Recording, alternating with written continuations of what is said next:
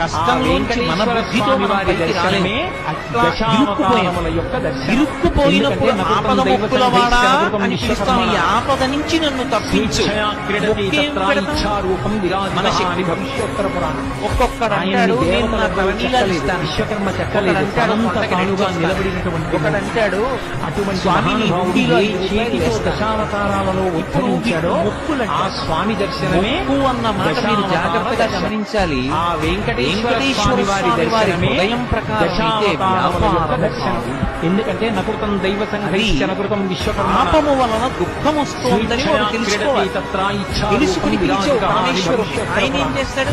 ఆయనని దేవనాథుడు చెక్కలేదు, విశ్వకర్మ చెక్కలేదు, తనంత తానుగా నిలబడిన అటువంటి ఎవడు ఎక్కడ ఎంత మౌనంగా లోపల లోపల పిలిచినా నాకు వినపడుతుంది. ఆ స్వామి దర్శనమే దశావతార దర్శనం. ఆ వెంకటేశ్వర స్వామి వారి దర్శనమే దశావతారముల యొక్క దర్శనం. ఎందుకంటే నకృతం దైవ సంఘైశ్చ నకృతం విశ్వకర్మణ స్వేచ్ఛయా క్రీడతి తత్ర ఇచ్ఛారూపం విరాజిత అని భవిష్యోత్తర పురాణం. ఆయనని దేవతలెవ్వరూ చెక్కలేదు, విశ్వకర్మ చెక్కలేదు, తనంత తానుగా నిలబడినటువంటి మూర్తి.